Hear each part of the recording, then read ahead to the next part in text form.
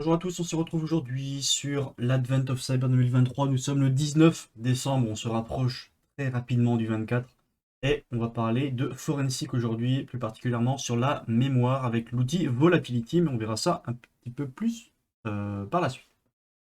Donc, comme à chaque fois, on allume notre machine, on lance la split view et on est parti. Donc, on va essayer aujourd'hui de comprendre ce qu'est le forensic par rapport à la mémoire et comment on l'utilise pour faire des investigations sur du forensic numérique. On va aussi voir ce qu'est que ce qu'est la donnée volatile et également ce qu'est des dumps mémoire. Et on va apprendre plus sur l'outil qui s'appelle Volatility, comment on peut l'utiliser, comment on peut analyser un dump mémoire et comment on va utiliser des profils.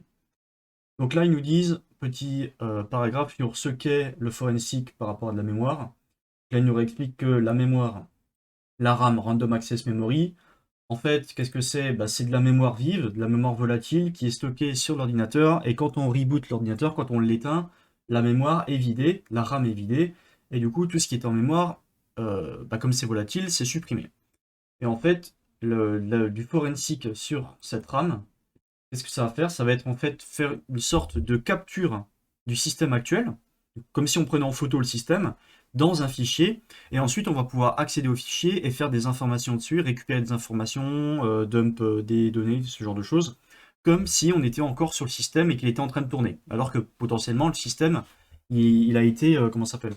Il a été éteint. Mais le dump mémoire nous permet d'avoir accès aux informations qui étaient présentes lors du moment où la capture a été faite. Alors, par rapport à ça, faut faire attention parce que là, ils expliquent ensuite, mais j'imagine qu'ils peuvent dire qu'il peut y avoir des pertes et ce genre de choses. Parce que la mémoire, c'est quelque chose de dynamique, enfin, surtout la RAM, quoi. C'est quelque chose de vraiment dynamique, et du coup, il se peut que pendant la capture, il y ait un process qui soit killed ou ce genre de choses. Et du coup, ça peut corrompre certaines données qu'on aurait dû avoir dans la capture, mais qui n'y sont pas. Donc, quelque chose à prendre en compte également. Là, il nous explique ce qu'est la donnée volatile. Ah, voilà, c'est une donnée qui est supprimée à chaque fois qu'on redémarre l'ordi. Donc c'est quelque chose qui est stocké temporairement dans la mémoire de l'ordinateur, donc la RAM. Je vous invite à lire, mais c'est à peu près ce qui se dit. Qu'est-ce qu'un dump mémoire? En fait, c'est le fait de faire une snapshot de la mémoire actuelle de l'ordinateur ou de la machine. Et ça va contenir des informations par rapport au process qui était en train de tourner et au fichier qui était présent et ce genre de choses. Donc là, les bénéfices de faire du forensic sur de la mémoire, à quoi ça va nous servir? Bah, principalement à regarder les IOC, ce qu'on appelle IOC, en fait, c'est des indicateurs de compromission.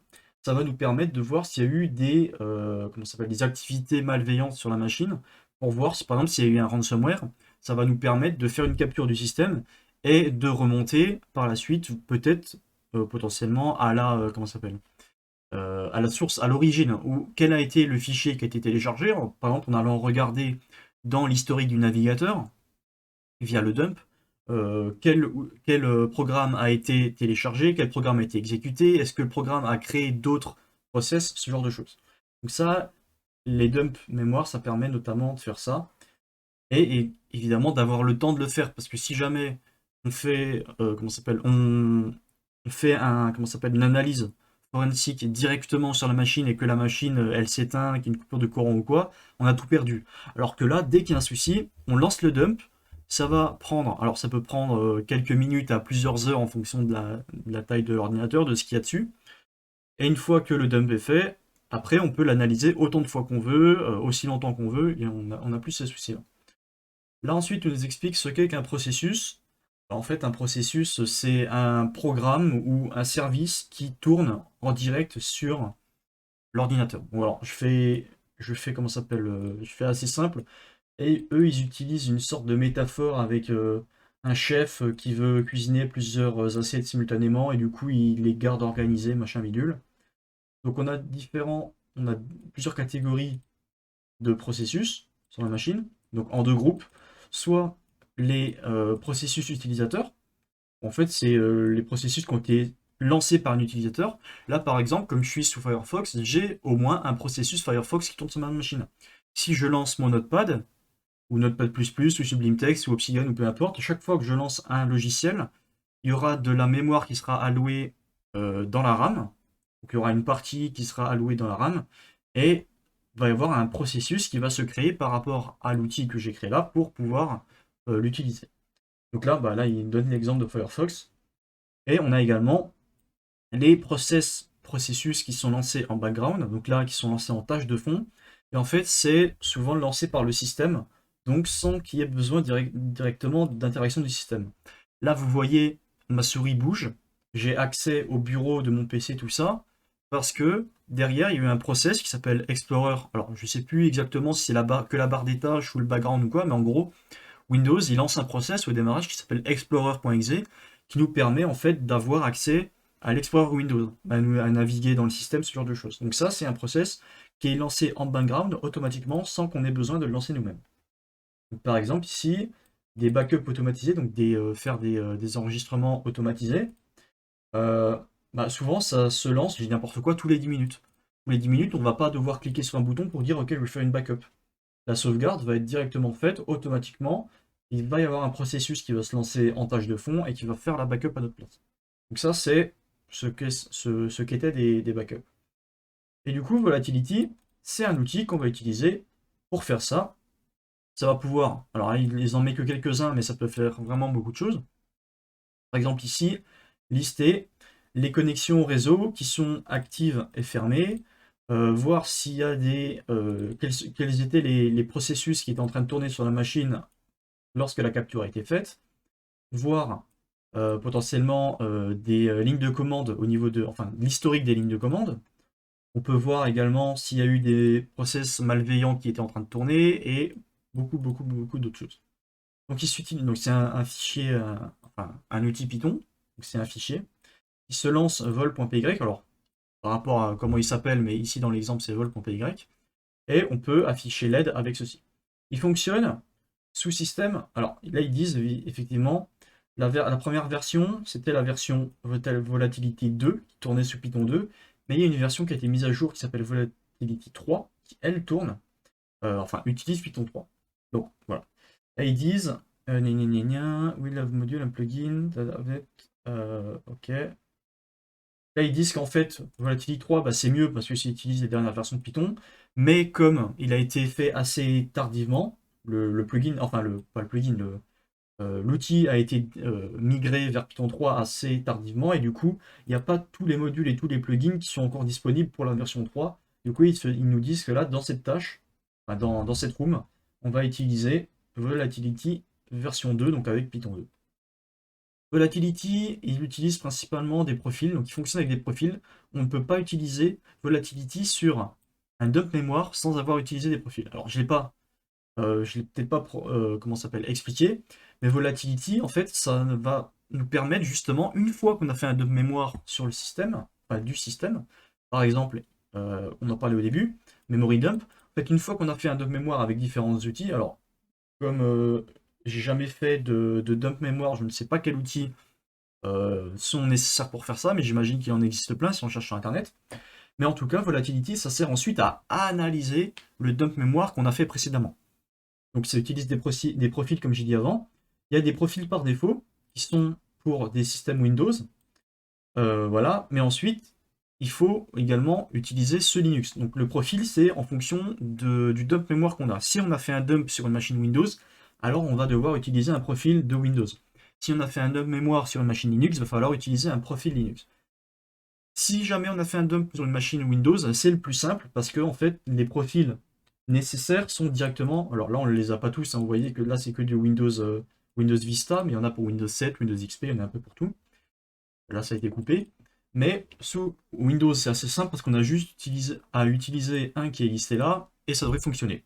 Sous Linux, c'est beaucoup plus complexe. Pourquoi? Parce qu'en fait, Windows, il n'y a que un certain nombre limité de systèmes Windows. Vu que c'est quelque chose de propriétaire, ça a été distribué avec des exemplaires assez limités. Et du coup, c'est assez simple de faire la liste des profils Windows. Profil Linux, il y a des milliers et des milliers, alors des milliers, je sais pas, mais au moins des centaines de distributions Linux différentes. C'est impossible de tous les lister. Surtout que n'importe qui peut modifier un peu le kernel, ce genre de choses.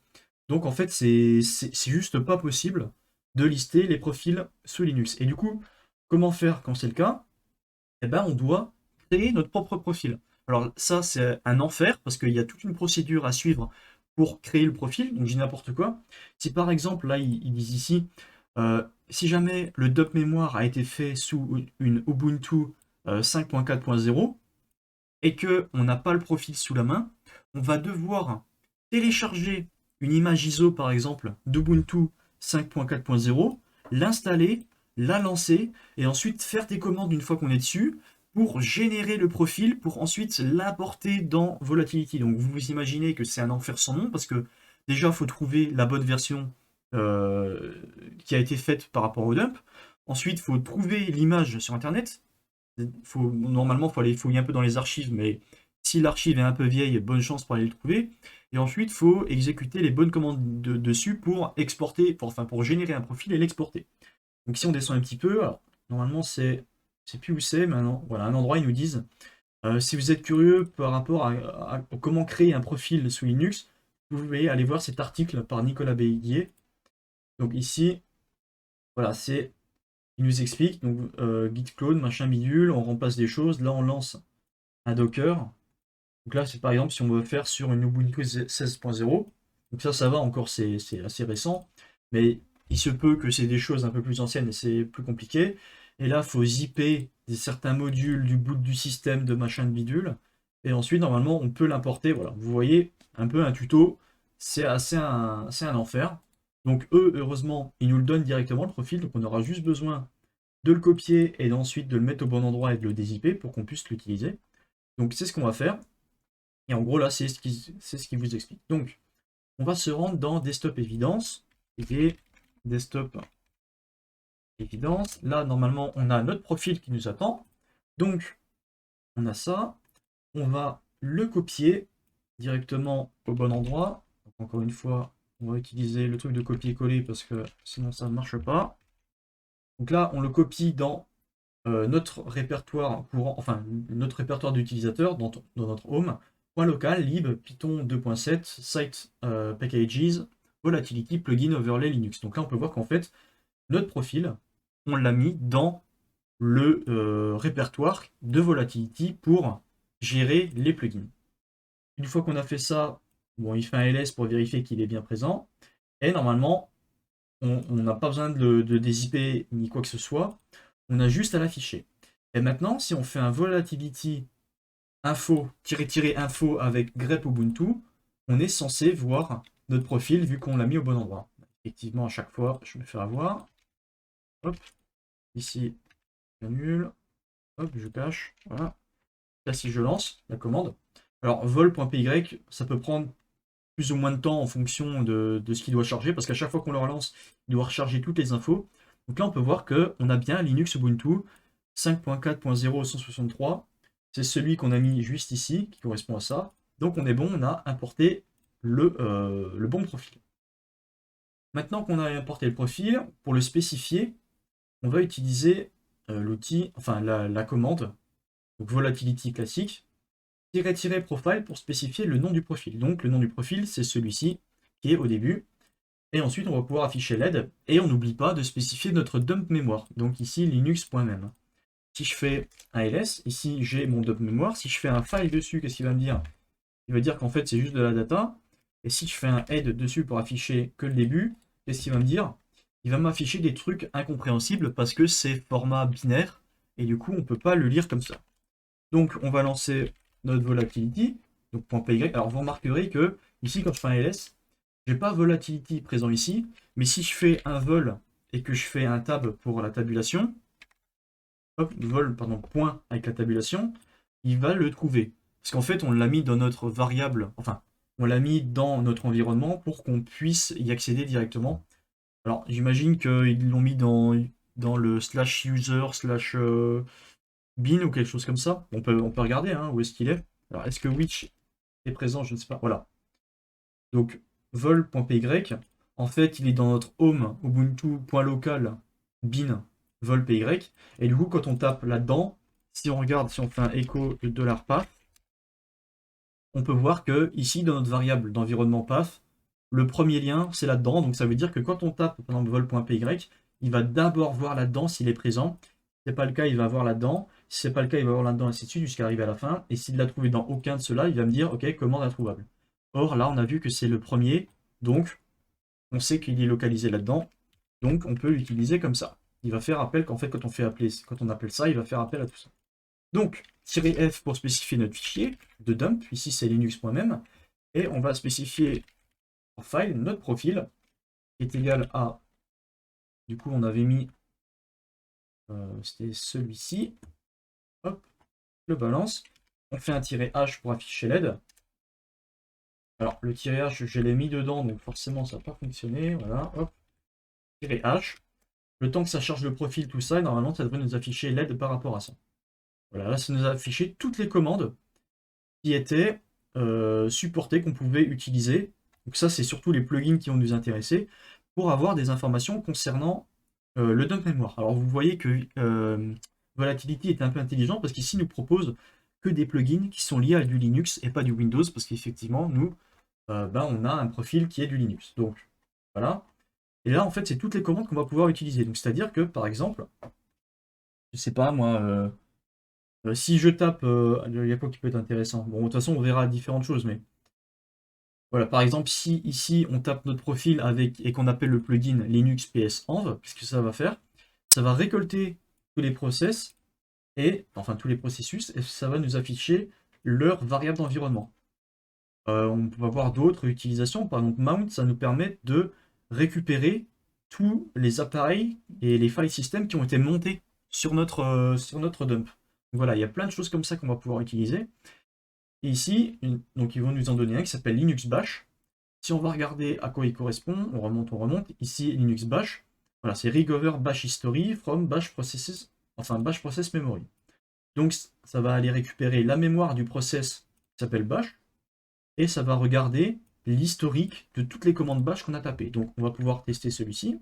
Je récupère ça. Je reprends ma commande d'avant. Je supprime le "-h et je le remplace par Linux Bash. Je lance ça. Et normalement, on devrait nous afficher toutes les commandes qui sont dans l'historique bash qui ont été tapées euh, enfin, juste avant qu'on ait fait le dump de la mémoire. Donc ça peut prendre un petit peu de temps. Là, on peut voir que ça correspond à ça. Et potentiellement, on va pouvoir voir des choses intéressantes qui ont été exécutées directement dedans. Voilà, donc ça prend un petit peu de temps. Là, on peut voir qu'il y a un git clone qui a été fait sur ceci, donc on ne sait pas trop ce que c'est. Il y a un sudo su qui a été fait. Là, quelqu'un a été modifié directement le bash history, ok. Et là, on a une tentative de connexion à une base de données MySQL en utilisant l'utilisateur root et un mot de passe. Donc là, on a un mot de passe, c'est intéressant parce que potentiellement, on va pouvoir l'utiliser pour investiguer, aller plus loin par rapport à ça. Si on va voir les questions, ici, effectivement, on avait la première question, c'était quel était le mot de passe qui était exposé dans l'historique bash.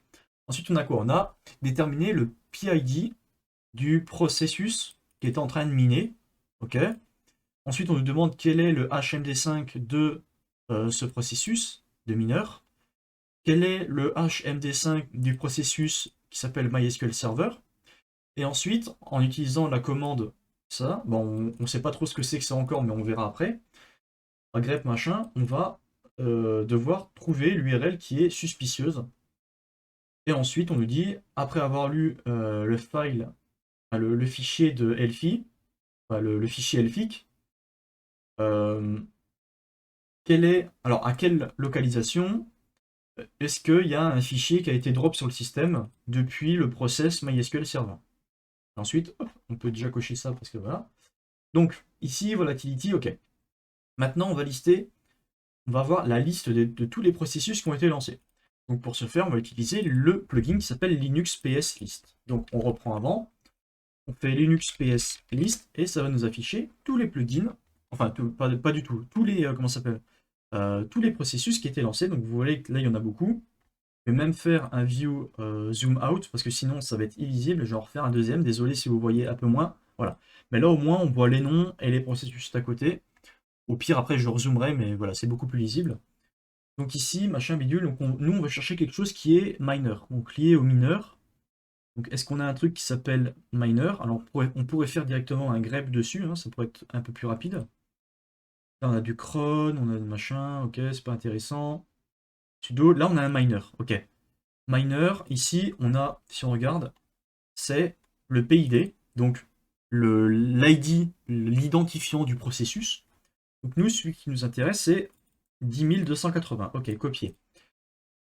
Donc là, ça a été redacted, mais c'est celui qu'on cherche. Et du coup, on va pouvoir avoir plus d'informations sur celui-ci. Donc, quel est le PID? On l'a trouvé, c'est celui-là. Ok.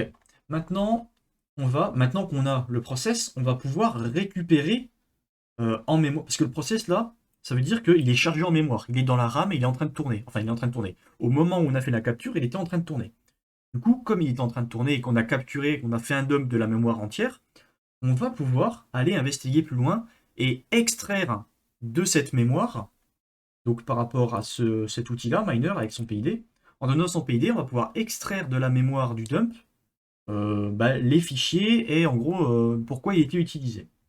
Donc, pour ce faire, ils nous disent que l'analyste Elf a confirmé du coup qu'il n'avait pas exécuté le process miner, donc ça veut dire que c'est pas, on l'a vu juste en haut, c'était pas un user process, ça n'a pas été un process qui a été lancé par l'utilisateur, c'est un truc qui a été lancé pardon, en tâche de fond, donc potentiellement qui est malveillant parce que personne n'a lancé et le nom miner, bon, ça fait un peu peur.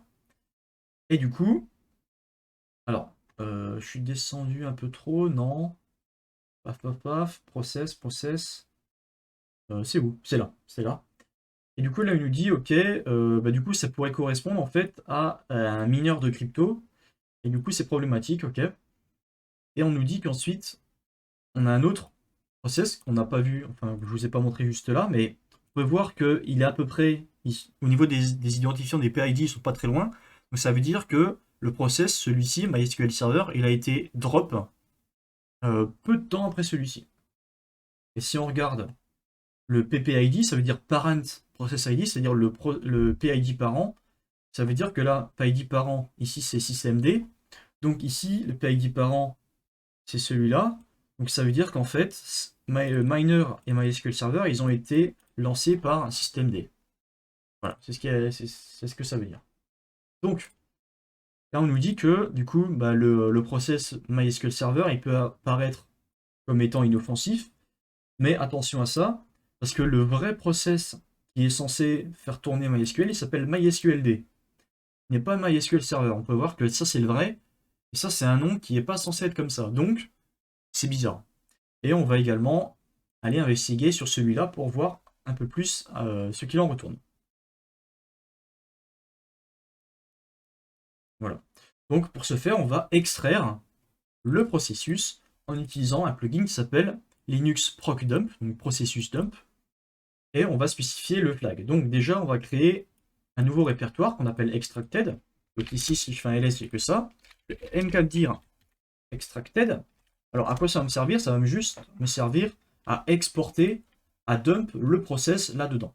Donc ensuite, on utilise la même commande qu'avant, sauf qu'on va utiliser le, comment s'appelle, le plugin qui s'appelle Linux Proc Dump, -d pour spécifier le répertoire dans lequel on veut l'extraire.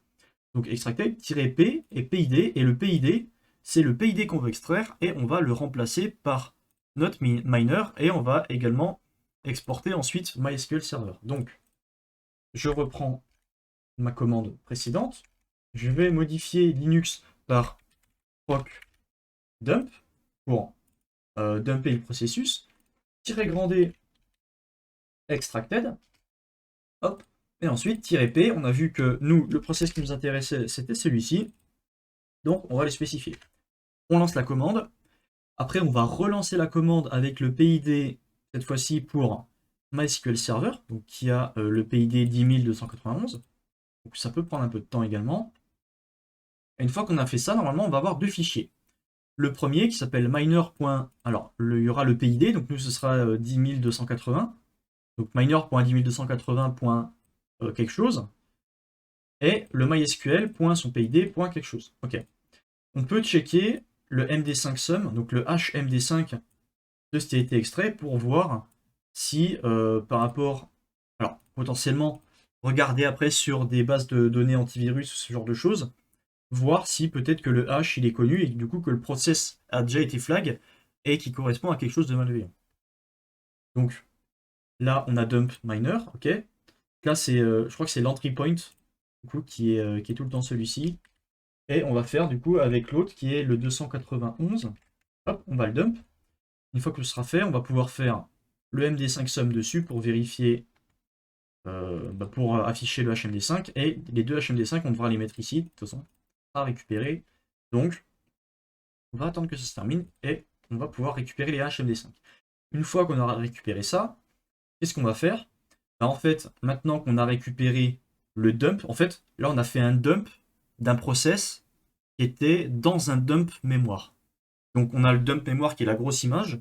Dedans, on a juste récupéré, on s'est focus sur deux process, qui étaient Miner et MySQL Server. On a dump leur process, et depuis ce dump de process là, on va pouvoir dump, par exemple, les fichiers qui ont été utilisés. Vous voyez? Enumerate files par rapport.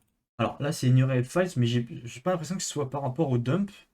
Alors si on regarde ici, file extraction, for example, is ok, enumerate files on the server enfin qu'on peut utiliser Linux enumerate files, le plugin qui nous permet de faire ça. Donc en fait, je vous ai dit des bêtises.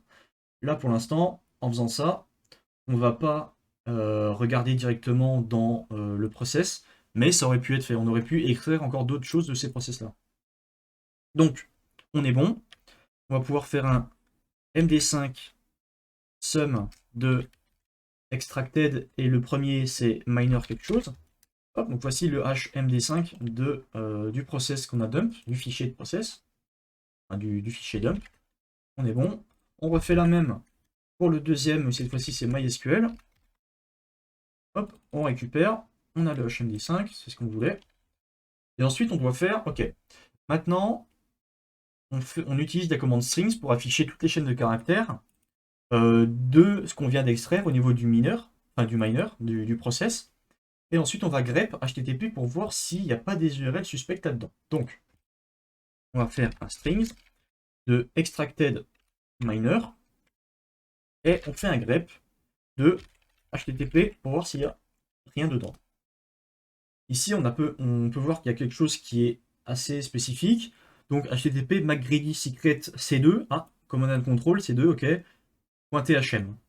Ça peut être assez problématique. Donc, on copie ça. Et là, il faut qu'on donne, par exemple, si on tente l'URL comme ça ne va pas fonctionner parce qu'il faut le mettre en mode defang.